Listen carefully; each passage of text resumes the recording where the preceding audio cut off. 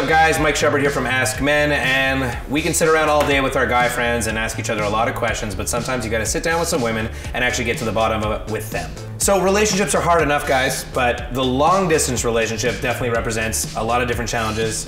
Whether you're in your 20s, whether you're in your 30s, it represents different challenges, but challenging nonetheless. Do they work? Yes or no? What are some ways we can make them work better? Tori. I don't think they work. I think if it's for a long period of time, inevitably someone's gonna stray, someone's gonna get uninterested.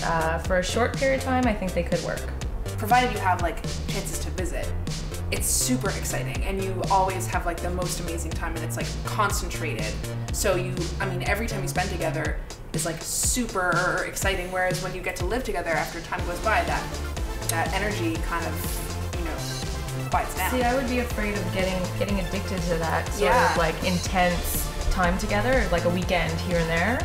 Everything's like there's so much pressure in that weekend. You know, the fact that we knew that it was going to have an end point was crucial. But what if you're in a relationship with someone for a little while and then one of them has to move out of town? I think like the crucial point and what Catherine sort of hinted on is that if you both know in your minds that, and hopefully talked about it, that this is a relationship that you both are in for the long haul, that you both want to, commit long term, then I think it's very different than if you're, 20, 25 and you're just kind of like hooking up or in college and kind of like not super committed, or maybe you are super committed, but maybe you're not at the point in your life where you're talking about kids and raising a family and all of those things. So I think it really depends on sort of your age and where you are in your life. The key, I think, in making it work is knowing that the long distance period of the relationship has a timestamp on it. It cannot be indefinite. It's like, okay, you meet someone and all right, well, I'm gonna go travel the world and maybe we can make it work, and it's not gonna work.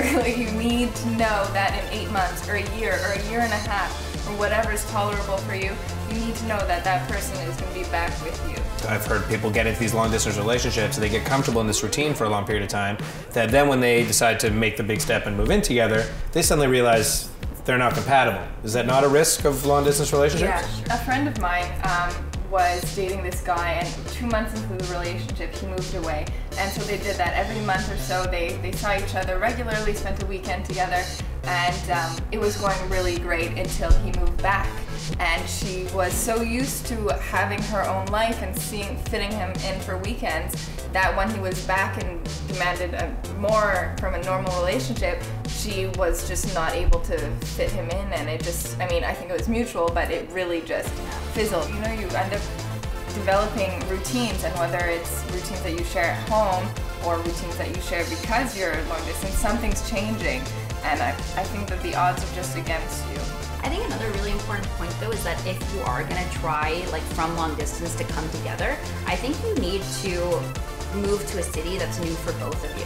It brings something to the relationship when you're both discovering a new place together. Well, so there you go, guys. If your girlfriend lives in another city, another state, another country, you can make it work. You've just got to get creative with Skype, or maybe without Skype. But they need to have basically some sort of an end game plan. They can't be indefinite.